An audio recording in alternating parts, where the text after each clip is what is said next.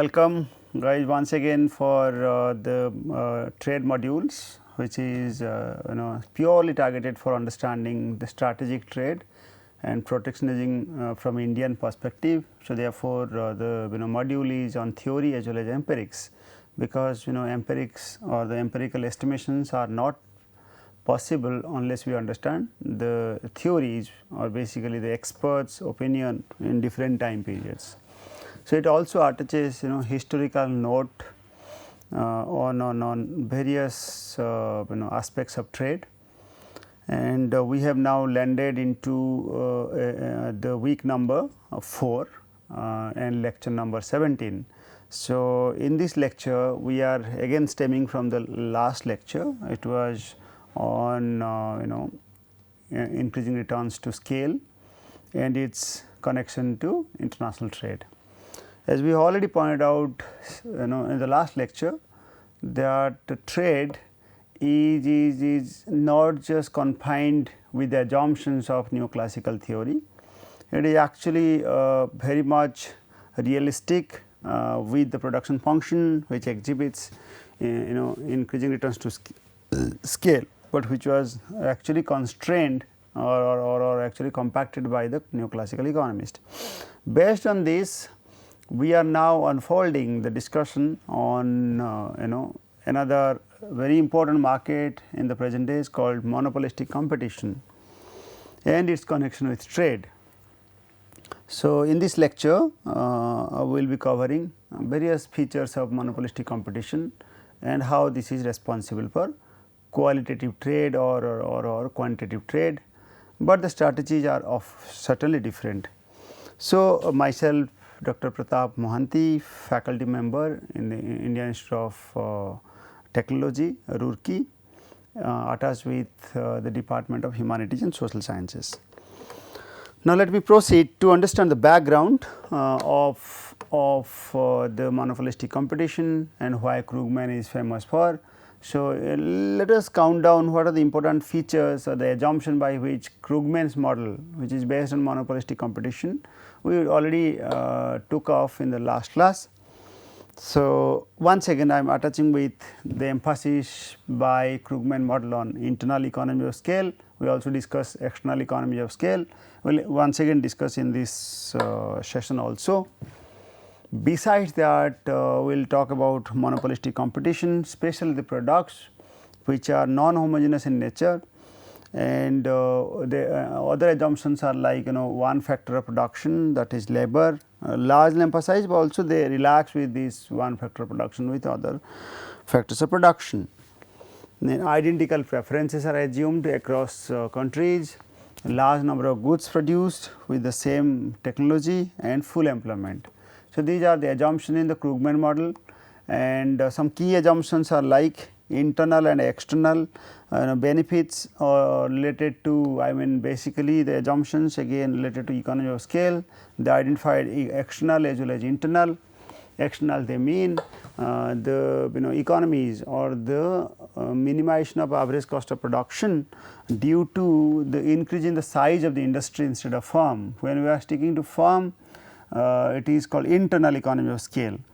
So, at the industry level, to understand economies, some of the examples are like Silicon Valley. If you remember in US, where Silicon Valley at large refer to the software companies, and all software companies develop because of a huge agglomeration in those locations, and that too during that period. Similarly, Hollywood in US and in Bombay, for example, financial capital,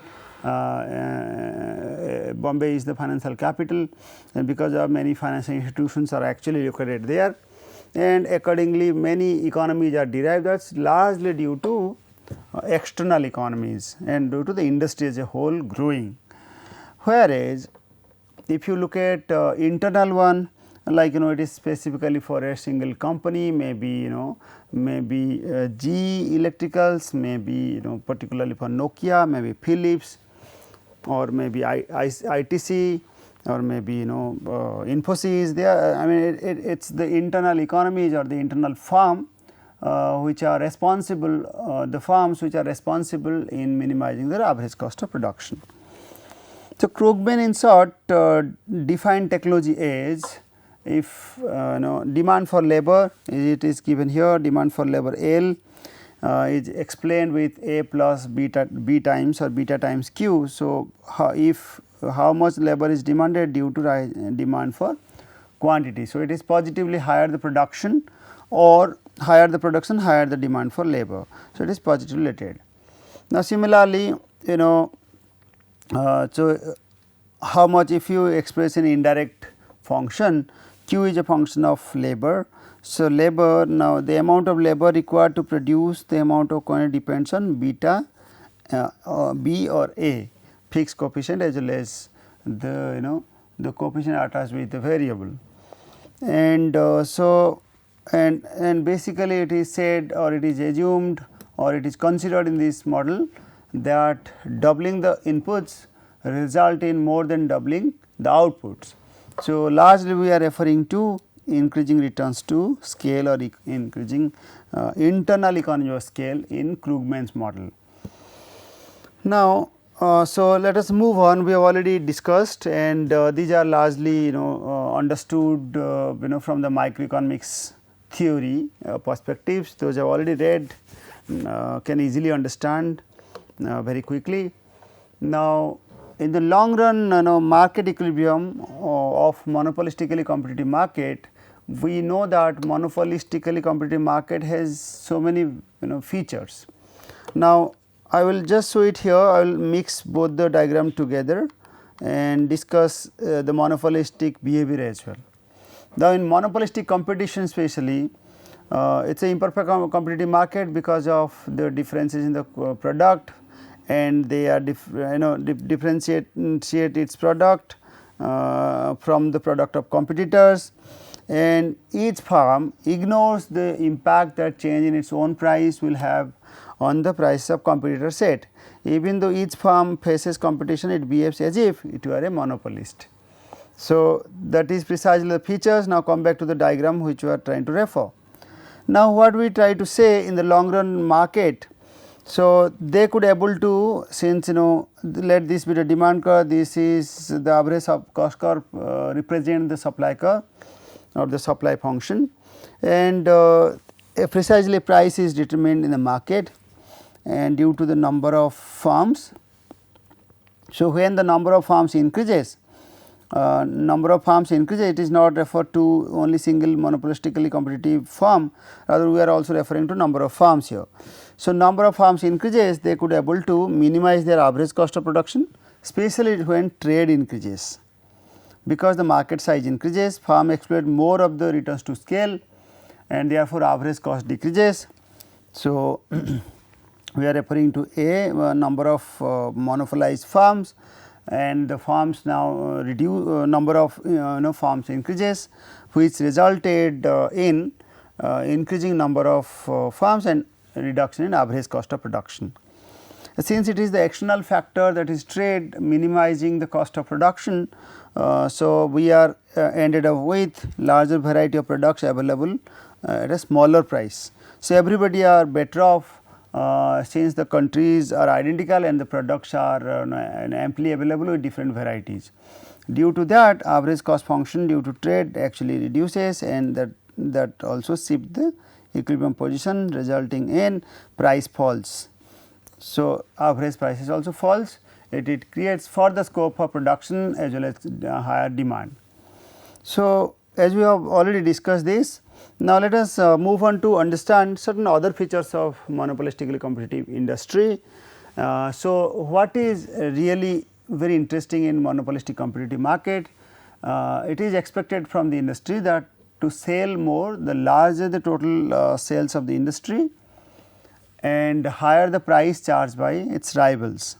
So, what they do, so total sales increases, basically the competitive market is attached with lower prices and higher sales. To sell less, that larger the number of firms in the industry and higher its price. If higher its price, the sale decreases, and the sale more if the reverse is true. So, that is quite common in monopolistically competitive market. Now, we can explain it with a mathematical notation. So, here is the equation. The equation states that how a single firm can able to sell maximum amount of its own subject to various factors. Now, factors are like total sales in the whole industry, given the fact that the Q stands for the quantity of the particular firm, and N stands for number of firms within the industry, and P stands for price charged by the first firm, and P star stands for the average prices charged by rest of the rest of the firms. So, it is obviously negative. So, the net effect, net price charged by the single first firm as against others is actually negatively attached with its total sales. Higher its net prices or net price, the first firm could able to sell little lesser, and then when the number of firms increases, since it is inversely related to each other. So, the individual share in the total market also falls. So, and beta is a constant coefficient representing responsiveness of his firm sales to its price. What extent of responsiveness the individual firm has. Now, based on this quantity, we can have different revenue and cost structures. Let us see how firms are actually strategizing in charging different prices. To make it easier further, let us assume all firms have identical demand functions and also cost functions.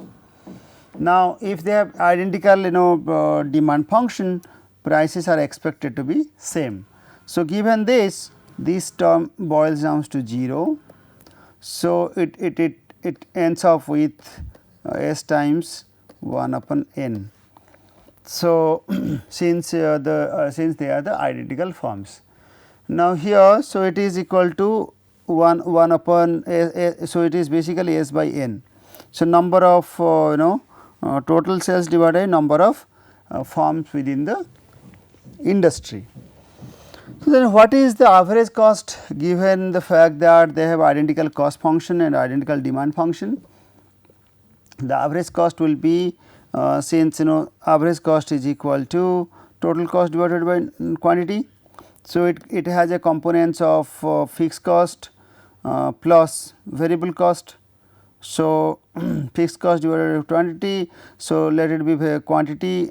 So, this is CQ by Q cancelled, which is equal to F upon Q plus small c, that is average variable cost.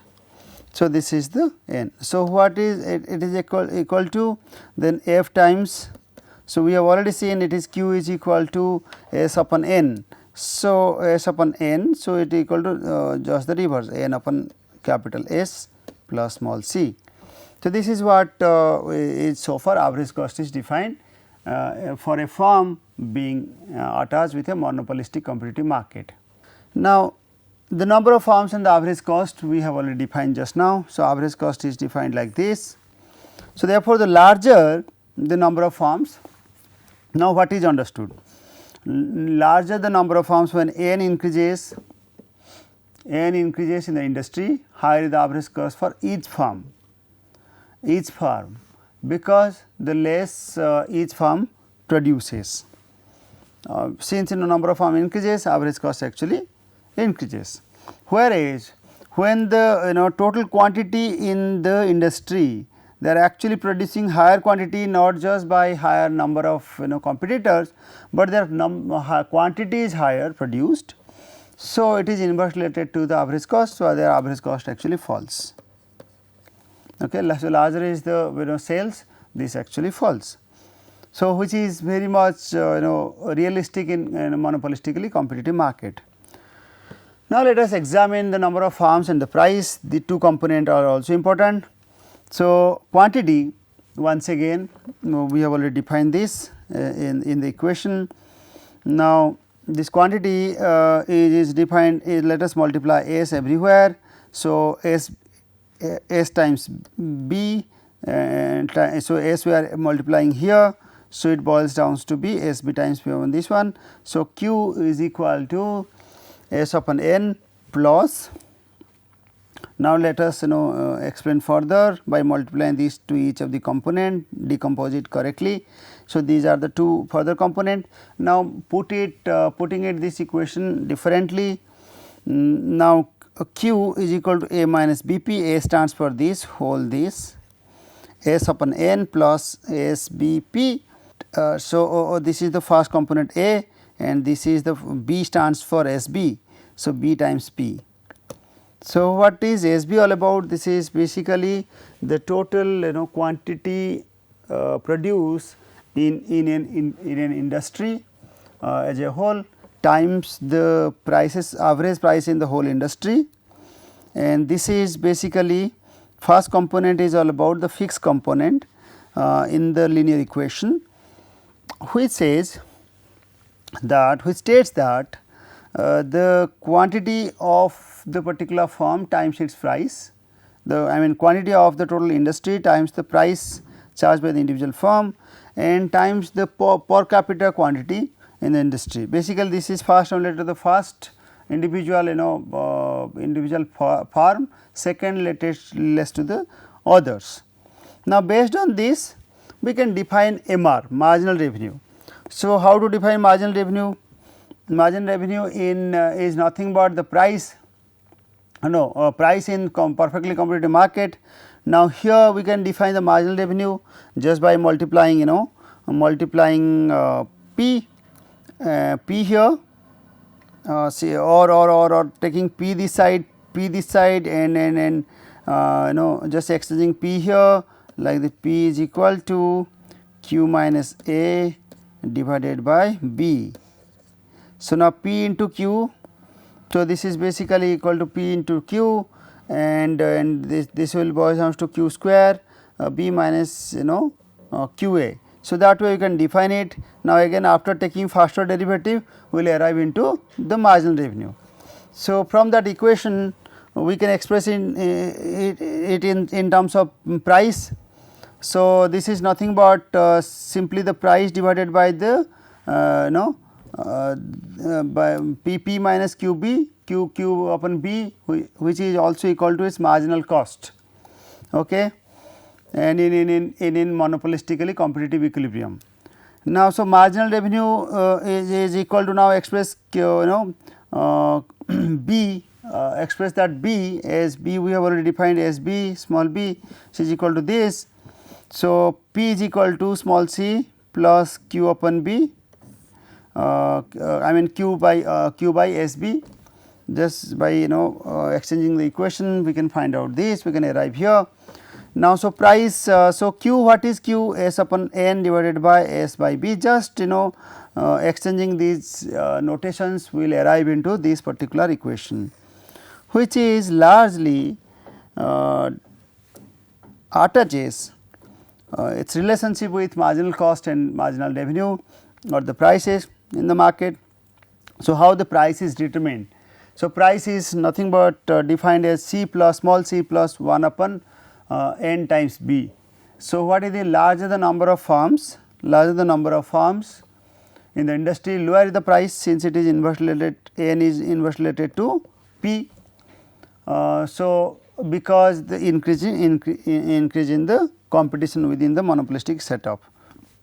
Okay. So, this is largely defining the relationship between N and P. So, when N increases, this decreases, and vice versa, So, this inverse relationship is one of the important features of monopolistic competition. So, it is responsible for minimizing the average prices in the market. So, based on this number of interpretation can further be made, like at some number of firms the price that firm charge matches the average cost that firm pay. So, usually we know that monopolistically competitive prices are set at a very low level, but relatively higher than that of the competitive prices. This number of firms is the number at which each firm has 0 profits, each firm has 0 profits. So, price matches with its average cost. This number is the equilibrium number of firms which we just discussed. Now, if the number of firms is actually greater than or less than n or n2, then in industry it is not in equilibrium. In the sense the firms have an incentive to exit or enter in the industry. Basically, the long run setups, we are emphasizing on the long run monopolistically competitive market, where the price is precisely equivalent to the average cost. And if it is if the profit earned by the marginal firms within the industry is positive or much higher, then outside will enter, and if they enter they will actually try, I mean in the industry total number of quantity produced will be increasing, and therefore, since it is inversely related to price, the price falls, and those will be equated with the average cost to derive a normalized profit or normal profit. So, this is what when price is greater than average cost, when price is less than average cost is clearly defined. So, monopolistic competitive market, that in the long run is more welfare attaching to these consumers, also very competitive. So, what we have discussed, because trade increases market size. So, trade is one sort of instrument which attaches to increasing competition, yet maintaining monopolistic competitive behavior. So, trade is predicted to decrease average cost, we have already discussed in industry described by the monopolistic competition and explained by this equation. And this gives variety of goods to the consumer, so consumer can buy different quantities with different qualities as well. It increases the welfare of the consumers. So, this is largely explained here. Now, this is number of firms, and number of firms is at n1, price stands at p1.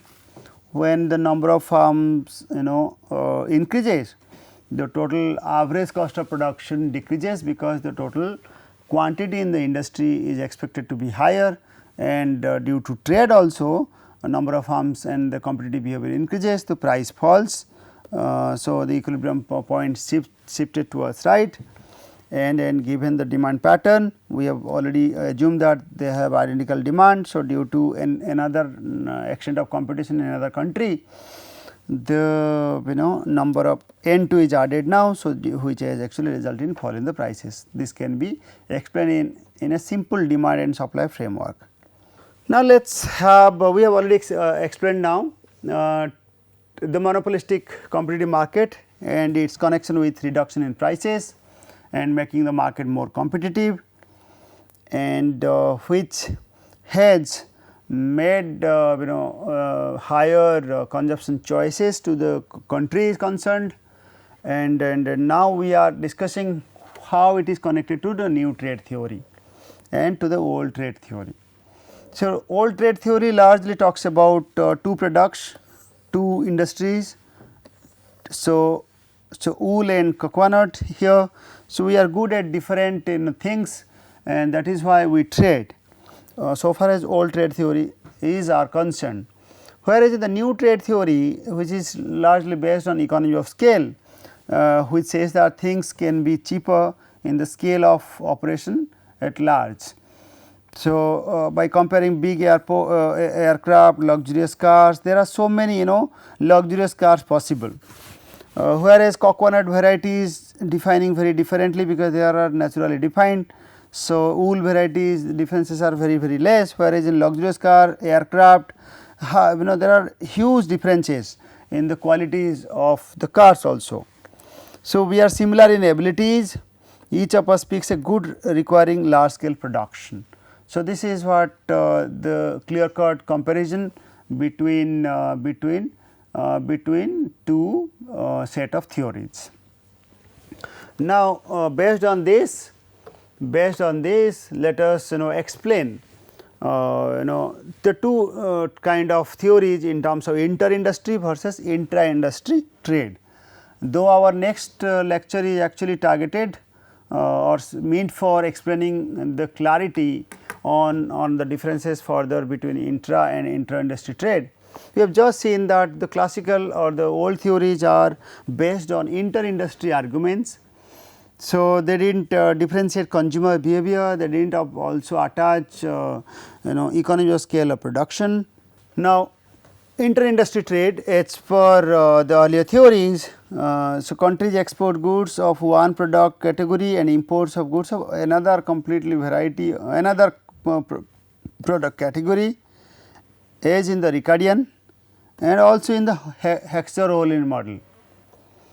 So, the basis of trade was comparative advantage due to difference in productivity in Ricardian model and the factor endowments or the factor availability or the resources availability within the country explained in the Hexer-Ohlin or HO model.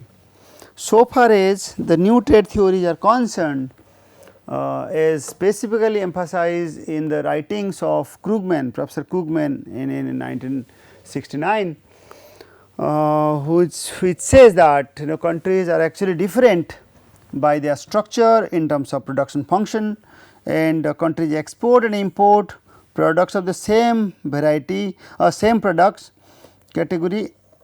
So, as explained in the Krugman model, this is the basis of trade. Here is internal economy of scale.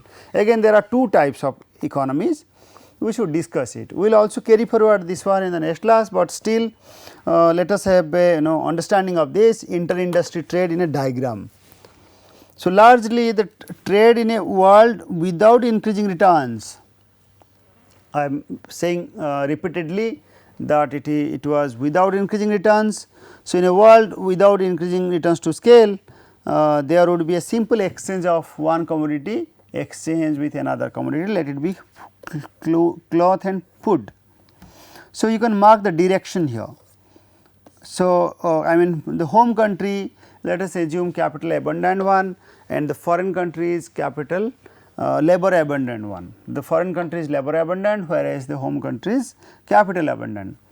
So, based on this, one country exports completely of that range to the labor abundant country, and in return getting food which is of from the foreign countries with labor intensive techniques. Whereas, in the intra-industry setups, the structure I explained from the beginning of my lecture that it is actually half the way filled up. Now, this extent look at home country capital abundant and foreign country again with labor abundancy. So, direction is now mixed here half the way, here this portion is actually mixed export as well as import. So, this portion is called intra-industry trade, whereas only exporting and in return getting another variety in terms of food is called inter-industry trade.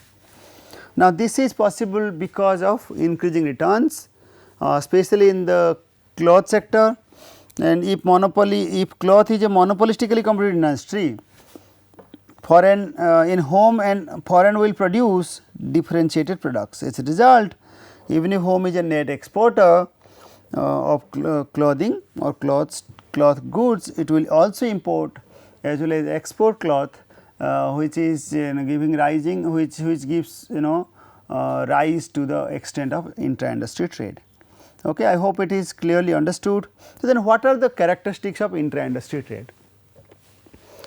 This can further be explained in this box or in the table. Inter-industry versus intra-industry trade, the phrase are either or, either this good or that good. These are the terms used, whereas intra-industry both is the word used or and is the word used in the discussion. So, either exports, which I said either exports or imports in a given sector of the economy, usually it is of monotonically defined one directional only. So, both imports and exports in a given sector of the economy. What is the source? This is basis comparative advantage, this is due to product differentiation. So, what are the characteristics are largely of intra-industry trade between industrialized countries, which is very commonly observed. We will also discuss this thing in the next class. So, fundamental problem is defining in an industry due to IIT intra-industry trade. So, for example, computers are defined as office machinery, then computers and pencil sharpeners are in the same industry. If computers are defined as office machinery, that means the industry is what? The computers are also required for the office, and pencils or pencil related pen stops, those are also required for the office. Therefore, those are considered as in the same industry. So, more broadly an industry is defined as the more trade appears to be intra-industry. More broadly an industry is defined, more trade appears to be if the industry is very broad, trade is defined to be more intra type, because many products are within the industry. And evidence suggests that trade is higher due to intra-industry setups, and countries are more opened off, and restrictions are less due to even foreign direct investment. This has caused higher intra-industry trade. So, there are largely various gains. It is observed that prices reduces, number of firms increases, competition becomes more fairer. So, consumer choices and welfare increases due to trade. So, we have already discussed, but still another extension should be discussed. MELI is discussed as an extension to the Krugman model. This is a bit bit advanced than that of Krugman. They talked about entry cost, and they also emphasize productivity in their module. So, where they also discuss barriers and productivity cutoffs in their trade module. So, these are all the content in this particular class. So, you might be expecting a question, what are the features of monopolistic competitive market and how it helps in minimizing average cost, and how trade is responsible or trade is actually emerged due to monopolistically competitive market. I hope it is understood. With this, let me expect you to be there in the next class to clarify further details of intra-industry trade. Thank you so much.